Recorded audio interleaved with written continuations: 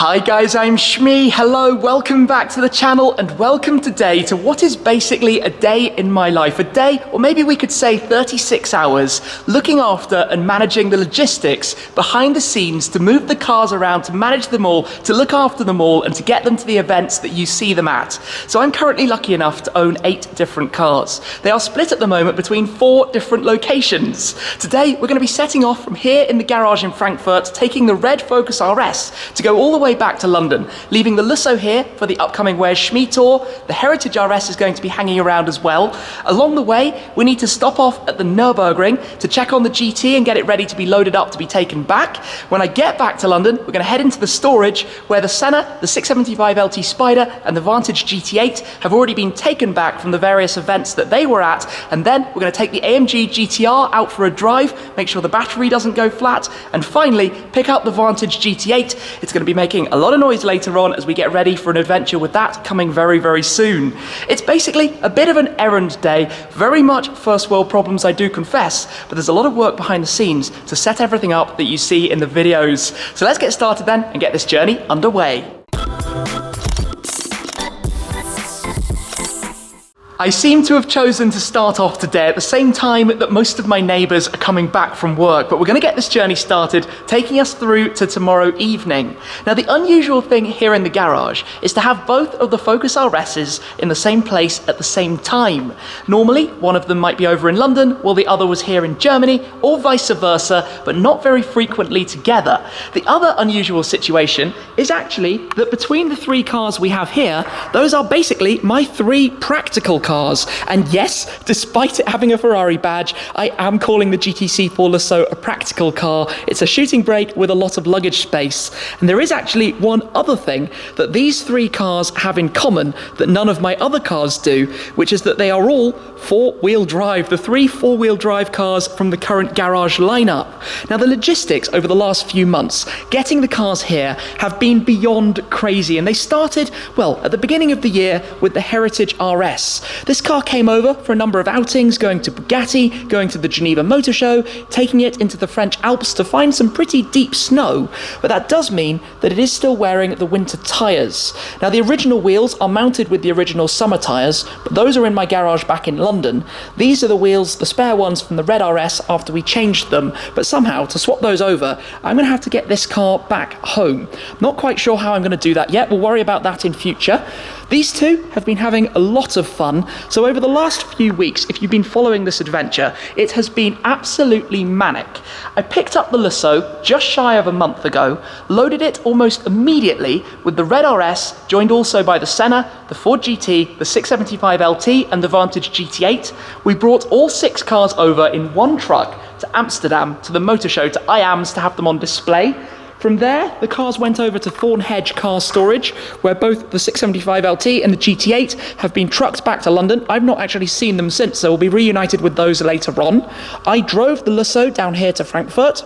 The Senna and the GT then went over to Spring Event before going to Karfreitag at the Nurburgring, the Easter weekend there, joined also by the red RS after it had some investigation work done towards the suspension. That's all coming soon. So basically, we've had cars all over the place. The Senna has been taken back from the Nurburgring already to London. I've not seen it since it's been unloaded. We're going to be leaving the Lusso here in the Heritage RS. We're going to be taking the red RS, but as you get the picture, there are a lot of crazy things going on. It's been truly complicated to try and manage, but let's get today's journey started. I'm actually going to be going via the Nurburgring towards something in the Netherlands tonight, so I'm filming there tomorrow morning before we continue the journey across the Eurotunnel to get back to London. So let's get started then and load up the car. Before setting off, a few quick admin things with the cars, so nothing specific with the Heritage RS other than making sure the key is upstairs because my girlfriend may want to drive it while I'm away. But with the GTC4Lusso, normally if I was going to be gone from the car for a week or so, I'd want to have it plugged into a trickle charger. Unfortunately, I don't have that luxury here. There are no power sockets anywhere. So what I'm going to do is take a step in the car, fire it up, enjoy the V12 and let it run for about 10 minutes just to make sure that the battery is fully juiced up. So let's do this then. Take a seat inside the car and hey, who doesn't enjoy the noise of a V12? So take a step in here, button on the steering wheel and take a listen to this, guys.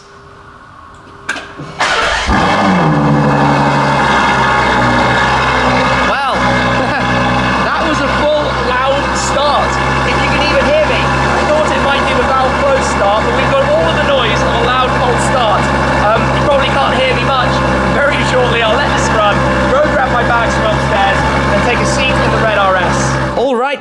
is go time. Farewell Lusso, farewell Heritage RS. We'll see those again very, very soon. Keyless system here. Touch that, open up the door.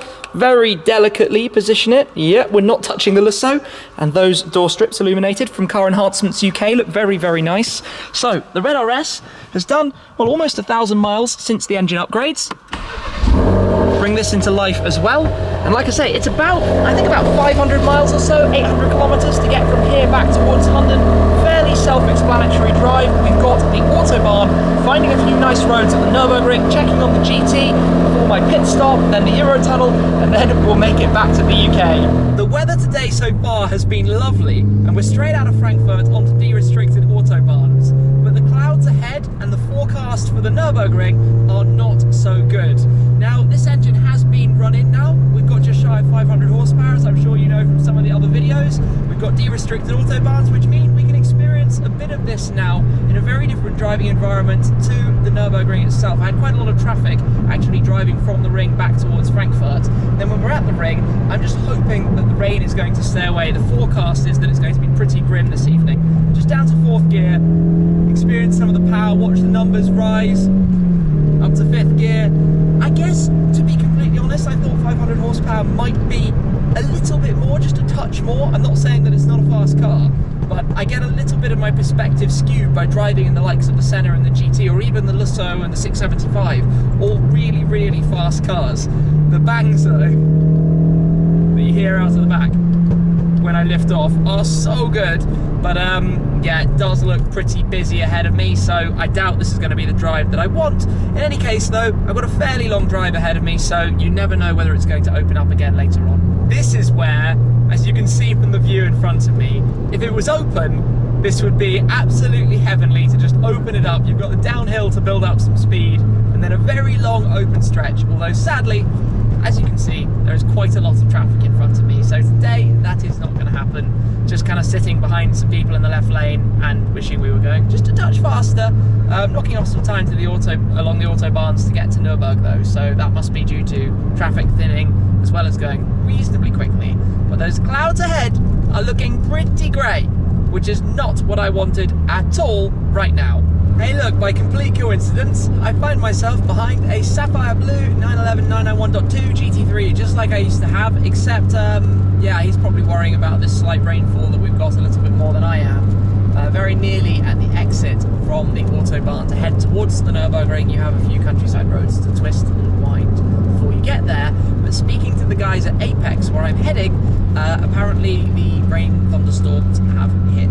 So, not great, but let's see what it's like when we get there. Yeah, this is pretty rubbish, and you can see just in the distance the flashing red light Touristenfahrten is closed this evening.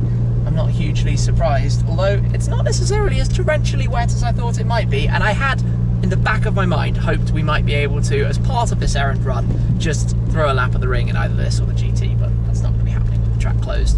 What we can do though is just enjoy some pops and bangs, only a couple of minutes to get towards Apex as we go past the main entrance here, but naturally it's looking a little bit quiet around these parts at the moment. Not so many cars around when they don't have the opportunity to go out and drive. I'm never, ever gonna get bored of that sound. I am not going to pretend that this weather is nice at all. Spitting with rain in my face, gusting with wind. It is a far cry from the glorious days that we had over the Easter weekend. Bright sunshine every day, loads of amazing laps in good weather, and a bit of sunburn on the face too. But you can see what I've been driving through actually to get here. Have a look at the mouth of the Focus, the front grills filled with all sorts of bits and pieces, and we've got the Mountune logo there, the custom painted race red logo on the intercooler just inside the front grille. But I did just pop inside. I've grabbed the key to the GT, got that right here. Apex have been looking after it. It's currently tucked away inside the barn. So let's head straight on in, because this is really not very pleasant right now. And yeah, I'm getting a little bit wet. Castle up on the hill there, the Nurburg Castle. So inside here, we've just unlocked it. We are greeted in the dark by some cars. Let me find a light switch.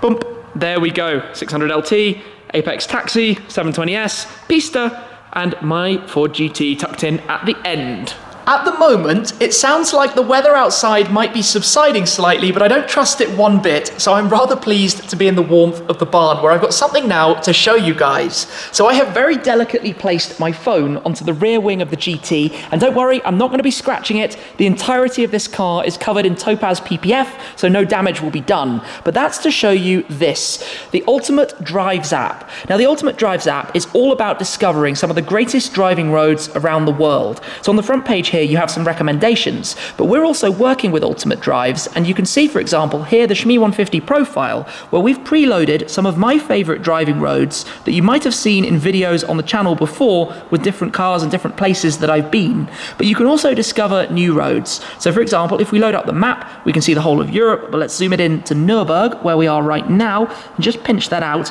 You can see locally to here, for example, the Ring to Spa and back, two of the greatest race circuits. Just check this out quickly, see the route. You can also rate and give feedback on routes, and I can tell you from experience that is a stunning road to actually drive on. So Ultimate Drives, you'll find a link to that down below. Now while I'm here quickly, I want to show you inside the boot of the car, the very small boot, if you can actually even call this a boot.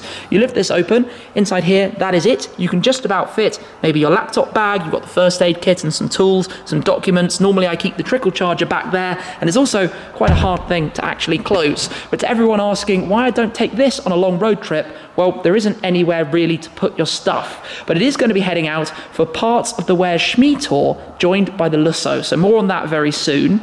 Now, if I just meander up here, squeezing through the door mirrors, you can see at the front, the trickle charger is actually currently connected. It just plugs in right under there, the two clamps that you have, positive and negative, and that is pretty much all there is to it actually. So this is now prepared to be picked up in a couple of days' time and taken back towards London. But so far, we've seen 4 of the cars in one video. I've got a fairly long drive to do, but I'm going to pop outside and just enjoy a nice little bit of the countryside around the Eiffel Mountains here, close to Nurburg right now, despite the weather. Despite it now basically being dark and incredibly wet out on the roads, this is actually one of my favourite roads in the local area, right by the entrance to the Touristenfahrten days at the Nordschleife. You have this smooth piece of tarmac that snakes over towards Adenau. Not too many restricted sections, very smooth tarmac, some lovely corners meandering backwards and forwards, some gentle, more open corners, also some hairpins. It's basically the dream road in a car like this, smooth tarmac, and well, we've got 4-wheel drive, so the wet conditions aren't too treacherous. Lots of opportunity to enjoy it, and this is exactly what you find in the Ultimate Drives app. The kind of roads that you don't necessarily know about, just have a look in the app and might find right around the corner from wherever you are. Just look at this, how it opens in front of us, and the noises, the sound, the feel, the experience. We've got a hairpin now, blip the shift down, take it tight, another car coming the other way. Oh, feel a little bit of slide there. Into second gear, I haven't turned off traction, so throttling me back just a touch. But I think this might be the end of my fun driving for the evening. I'm heading towards some dinner now, before I continue on my route tonight up towards Eindhoven. Actually, that's where I'm stopping off for some filming tomorrow morning on the way back. So I've got about 2.5 hours after food to continue this evening. It'll be a very, very late night, but yeah, if you want to try the app, the link is down below. You'll find all the details right there to give it a whirl. For now though, I'm just enjoying having a nice drive. It seems I've got a bit of a confession to make, so I just plugged in the M-Tune controller, which goes into the OBD port down in the driver's footwell, because I was thinking a little bit about the power. It just didn't seem right after what I said earlier. So I went into the tune, because you may remember I have the ability in here to make some adjustments, and it's got 3 different tunes basically in terms of how much power it has. And yes, I had popped it into tune 3, which basically meant around stock or just a little bit more than stock. So I was being a little bit dumb, and that's why it wasn't going particularly quickly on the Autobahn. Anyway, I have now set that correctly, so I can reach back down here and kind of unplug it, he says, if I can find the port down literally in the footwell. It's that easy. That lets you see error codes and things as well. And yeah, let's head on back out. And now, I don't want to go crazy because it's really late at night and I'm pretty tired. In fact, it's just coming up to midnight. But at least we'll be able to get a little bit more power out of the car. Now, of course, heading back out onto the main road, interior lights off, we can go onto main beam. No, we've got lots of traffic oncoming. Wow, yeah, that starts to feel a little bit more like the power we were expecting. Where you feel it up towards the front, that's for sure. The numbers climb very, very quickly now, up towards the red line, 190. Yeah, you can can see the difference between that fairly dramatically. We've got a very open stretch here, so we're about 225, but to be honest, that's enough for me today. Yeah, I just feel a little bit silly for not remembering that we had done that. Now the engine has done even more miles, it's completely run in, but basically, in bad weather conditions, normal driving, you don't really want to have it in map 3, but even just squeezing the throttle pedal, the amount of extra power that it now produces, yeah, turns out that's quite a big difference. Anyway, you can't really see me, it's late at night, I've got about a 2-hour or so drive, just feeling a little bit silly for that small mistake on my behalf. Drop down some gears, we're coming into a speed limited section anyway, but yeah, onwards we go. I tell you, the other interesting thing is how much more turbo noise there is. The whistles, the swooshes, the sounds you make when you lift off, and again the silliness of the power as yeah, that's another 200 kilometers an hour done just out of basically nothing. Lots of traffic ahead of me though, so let's just back it off. Lots of trucks, late at night. Back to our favourite de-restricted signs. Drop a gear, 120, 130, 140, 150, 160, and a car is joining just in front of the truck. That's what you've got to watch out for, just in case anybody decides to move lanes. Back on the power, 160, 170, taking it a bit easy. As you can see, it is a little bit wet this evening, and despite having four-wheel drive, sensible has to be the name of the game. The numbers do now, as we get up to 200 almost instantly, climb at the rate you would a little bit more expect them to climb at. We have some standing water there, so I'm not going to be able to put my foot down. I'm nearly at the Netherlands actually, but nice to know I've resolved that little one. It is now the next day of this little adventure then, departing from Eindhoven. I've finished what I've been doing for the day to now head about 3¼ hours towards the Eurotunnel to then cross over, of course, from France to the UK and complete the final part of this drive back into London. And I've just realised that I'm going through tunnels without being noisy. There we go, that's more like it, that's what has to be done. The bangs, so much fun as always. So the weather, yeah, not much better than yesterday, just a little bit of drizzle at the moment. Hopefully it's going to be a smooth journey without any traffic, and I've still got to get back and get the GTR out, make sure that's all alive, and take the GT8 home ready for what I'm going to be doing next with that. So still quite a lot to go in this video, of course, and let's crack on though, and hope it all goes without anything going wrong or taking longer than it should. Honestly, this is the story of my trip through Belgium. Stop-start traffic, as it so often is. If you've been following my channel for a while, you will know how frequently on these drives between the UK and going pretty much anywhere that takes you through Belgium, so to Germany, to the Netherlands, to Spa or to Brussels, you end up sitting in a traffic jam like this, and it always adds hours to your journey, which is exactly what it's doing today. I think it's probably added about 1½ hours in total to the drive time to actually get to the Eurotunnel. So by the time I get to London, it's actually going to be quite late in the evening, and potentially even my car storage where the cars live is going to be shut for the night. So I'm not entirely sure how that's going to work out yet, because I kind of need to pick up the GT8 for an early start tomorrow. So I'm going to try and get in there. I've got to do some complicated things as well, because I've got to actually get the keys for the cars that have been trucked back and parked up by somebody else on my behalf. He's actually on his way to drop them off at my place in London. Yeah, hopefully this all works out. Hopefully, all I know is that sitting in traffic is immensely frustrating, an awful lot of not very fun, and I just hope that getting to the Eurotunnel won't be too much more painful and the trains will at least run to time. But then, there's a strong chance even that might not work out, so let's see what happens. Jump ahead a few hours, and it is absolutely lovely this evening here in France. You have about half an hour driving on French autoroutes before you get to the Eurotunnel crossing. Now, I booked the Flexi Plus ticket because I didn't actually know when I was going to be crossing at all, and it gives you some freedom. So fingers crossed the next crossing is going to be not that long, because I'd rather fancy not having to wait too long before we do get over to England, and then it's about a 2-hour drive on the other side. The car is currently at 9,991 kilometers, so by the time I flip it back into miles to drive on the English side, we're not going to see 10,000 on the dashboard this evening. Well, it sure is a nice evening, but I've just worked out that it's going to be around 10:30, 11 o'clock before I get into London. Then we're going to find out if the GTR works. If it doesn't, tonight might be an awfully late one. However, I think I'm going to go and line up, get ready to board, get on the train. It's a half an hour crossing or so, and then we'll get over to the United Kingdom. I haven't been back for about, well, nearly 4 weeks now, which is pretty crazy. Well, night has fallen, but here we are, back in good old England as we come out, touch down onto the tarmac. Thank you very much to the team here on the Eurotunnel, as always. Right, let me close the windows. It's a bit chilly over this side. Yeah, that's that. It's a pretty easy thing to do. To be honest, I must take this Eurotunnel train 15 times per year, probably these days. It's a fair old amount. In fact, if you added it all up, I've probably done it more than 100 times now. And so it's kind of like second nature. However, it's just about to be dark, and I've got not the most exciting drive, about 2 hours to get back into central London tonight, 70 miles, so we will take it easy, cruise on, and get back home. And that is mission success. The Red RS back home, except it isn't. Despite it now being just before 11 o'clock at night, this is a day in the life of, or maybe 36 hours in the life of.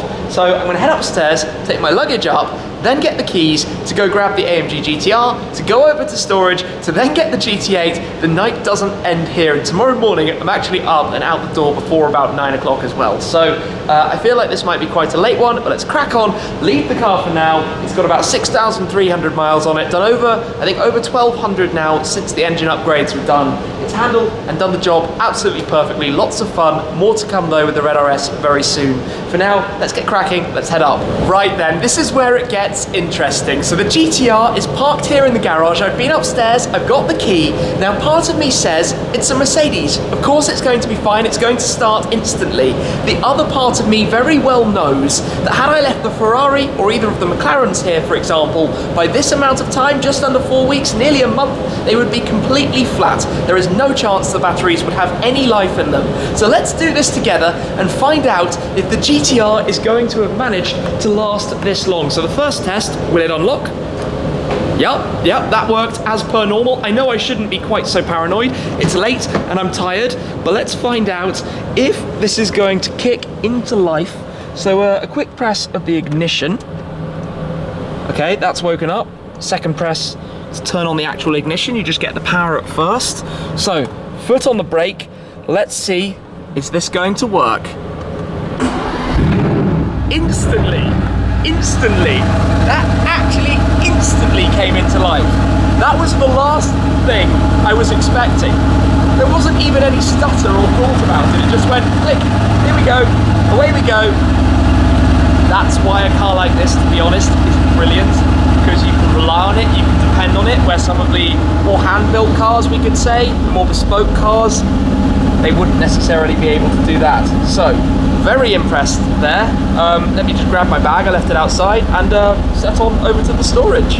I'm not really sure if this is a thing, that if you haven't driven a car for a while, you should be gentle with it. Obviously, you should let it warm up, but I don't know if you have to be, like, extra gentle with it. So I'm not going to boot it at all, we're in the centre of London anyway, but I will go into individual mode, just where we get to enjoy a little bit more noise out of this thing. Honestly, even though I haven't necessarily driven this all that much recently. Yes, it's so good. I need to drive it more again, but obviously it does a similar purpose to the Lusso. We're hoping that the GTR Pro is going to come at some point. There might actually, little teaser here, be something arriving in the garage sooner than you think. Entering average speed check zone. Yeah, that's London. Anyway, it's dark. Let's get to the storage. Let's get things swapped around. As if by magic then, we are back with the cars here in the storage. So the last time I saw the 675 LT Spider and the GT8 was actually at Thornhedge in the Netherlands. They've been brought back, unloaded and parked here. Of course, the Senna a few days ago was at the Nurburgring. That's also been brought back. I've just pulled back the covers so we can take a cheeky look at them. The GTR will stay here for the moment, but I'm going to take a step into the GT8, which is of course the noisiest car in the collection. So I'm just trying to find a key in my pocket, the valet key, not the glass one. But let's start this up and take a listen to the thunderous sound of the Aston Martin Vantage GT8. And there is going to be a lot more of this that follows very, very soon. So key in the ignition and take a listen, guys.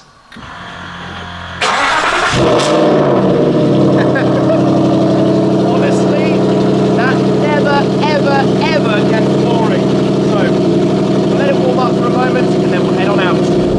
This car never, ever, ever gets boring. It is so epic, but from the GTR to the GT8 are two completely different versions of V8 front-engine cars. This is the naturally aspirated, heavy, old-school manual gearbox. The GTR is twin-turbocharged, 7-speed double clutch, totally different take. Every time I go from one of these to the other, it just boggles my mind a bit, down to first gear. But I'm going to save most of the talk about this to the upcoming drive.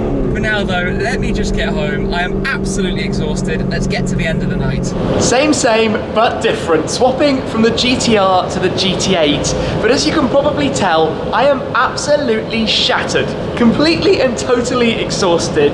But you followed me along for basically a day in my life looking after the cars, the logistics, some behind the scenes, and I know technically it was around about 31, 32 hours ago that I left from Frankfurt, but along the way I did spend about 7 or 8 hours filming another video that's going to be coming very soon as well. So that is basically 24 hours of moving the cars around since we were in the garage in Frankfurt, had the startup of the V12 from the GTC4Lusso. That's now prepared and ready for the Shmee tour, which this year is going to be more insane than ever.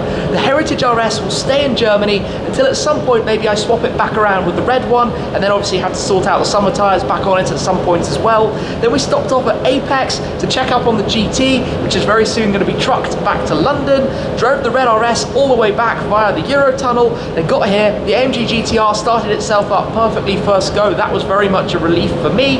Went over to the storage where the LT and the GT8 had come back from Thornhedge, the Senna had come back from the Nurburgring, and the GT8 is now here in the garage. So that is it. 8 cars, a lot going on, a lot of trucks and logistics, a lot of things to move around. Of course, I've had some things with me as well in the boot of the red RS, and it's all going to be changing again very soon just to make life even more confusing.